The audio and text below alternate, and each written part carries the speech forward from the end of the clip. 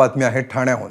ठाणे महापालिकेच्या या वर्षीच्या अर्थसंकल्पामध्ये तब्बल 600 कोटींची वाढ झाली आणि 5400 कोटींपेक्षा जास्तीचा अर्थसंकल्प मांडण्यात आला। मात्र एकीकडे बजेटच्या आकड्यांमध्ये वाढ होत असतानाच पालिकेच्या आर्थिक कारभारावर गंभीर आरोप होत आहेत। 5 वर्ष ऑडिटच झालेलं नाही।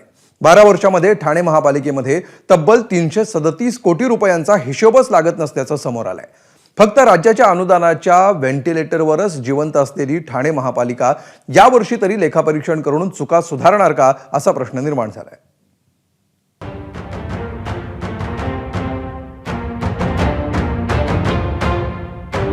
ठाणे महानगरपालिकेच्या आर्थिक व्यवहारांमध्ये अनागोंदी आहे का असा प्रश्न निर्माण होतो। गेली 5 वर्ष ठाणे महानगरपालिकेचा लेखापरीक्षण अहवाल सादर करण्यात आला नाहीये हे पहिलं कारण, तर त्याआधीच्या ऑडिटमध्ये तब्बल 337 कोटी 53 लाख रुपयांचा हिशेब लागत नाहीये हे दुसरं कारण।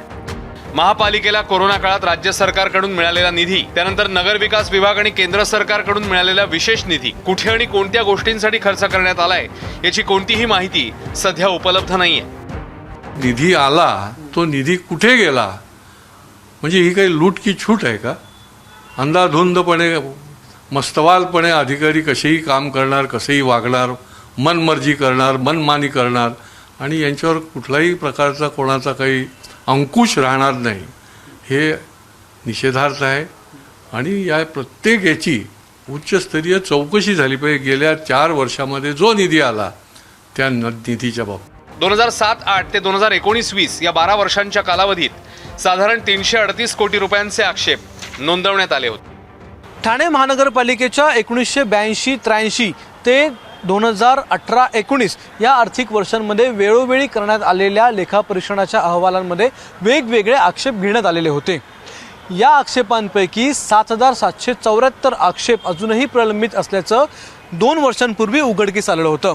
या आक्षेपांबाबत विभाग प्रमुखांना वारंवार सूचना करून देखील त्यांच्याकडून आक्षेपांचं निराकरण करण्यात आलेलं नाही।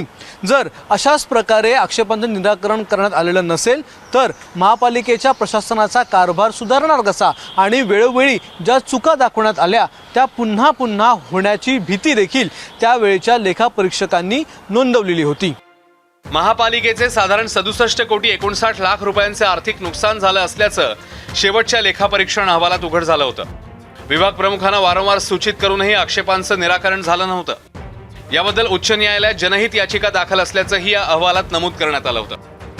यावरून माजी महापौर आणि सध्याचे खासदार नरेश म्हस्के आणि आमदार जितेंद्र आव्हाड यांनी एकमेकांवर टीका केली आहे। ठाण्यात काहीच हिशोब मिळणार नाही तुम्हाला।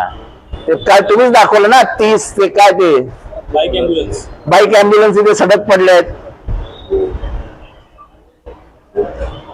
हा पापाचा माल गप्पा असं काही नसतं। ह्या बातम्या पसरलेल्या असतात। महानगरपालिकेचा हिशोब मिळत नाही, ग्रामपंचायतीचा पण हिशोब मिळतो, महापालिकेचा पण हिशोब मिळेल। केवळ विरोधक चुकीच्या पद्धतीने टीका करण्यासाठी या सर्व गोष्टी करतायत। आपण ज्या हाऊसिंग सोसायटीमध्ये राहतो त्या सोसायटीचं लेखापरीक्षण प्रत्येक वर्षी करणं आणि ते सादर करणं बंधनकारक आहे आणि जर असं केलं नाही तर मोठा दंड लावला जातो। मग जी महापालिका नागरिकांचे कर घेऊन ते पैसे वारेमाप खर्च करते त्या महापालिकेचा हिशेब कर भरणाऱ्या नागरिकांना द्यायलाच हवा असं नागरिकांचं म्हणणं आहे। ऑडिट रिपोर्ट न करणं त्यामध्ये महापालिकेचा भ्रष्टाचार किंवा अन्य मार्ग हे प्रमाणाच्या पलीकडे वाढले, त्याच्यामुळे हा ऑडिट रिपोर्ट तयार होत नाही आणि ऑडिट रिपोर्ट तयार होत नाही ही करदात्या नागरिकांची चक्क फसवणूक आहे आणि ह्याला आयुक्त जबाबदार आहे। मी आत्ताचा जो अर्थसंकल्प होता त्यावेळेलाच वेबसाईटवर सगळी ठिकाणी मी हे केलं होतं की ठाणे महानगरपालिकेचा 5 वर्षाचा ऑडिट रिपोर्ट नाही आहे। हे सर्व आरोप गंभीर असले तरी ठाणे महापालिका आयुक्तालयाकडून सारवासारव करण्यात येते।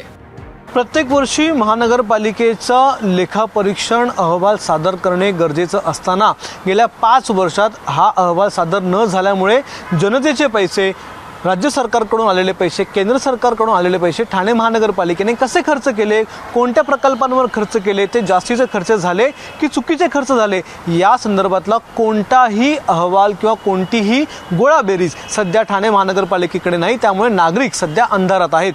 याही उपर जे लेखापरीक्षणामध्ये 33 वर्षे चुका दाखवण्यात आल्या, त्रुटी दाखवण्यात आल्या त्यांमध्ये देखील कोणत्याही प्रकारचे बदल न झाल्यामुळे, कोणावरही जबाबदारी निश्चित न केल्यामुळे त्याच चुका पुन्हा पुन्हा होऊन महानगरपालिकेचं मोठं आर्थिक नुकसान होतंय. आता हे नुकसान कोण भरून देणार हा सगळ्यात मोठा प्रश्न इथे विचारासा वाटतो. कॅमेरामन विनयसह अक्षय भाटकर, एबीपी माझा, मुंबई. एबीपी माझा, उघडा डोळे बघा नीट.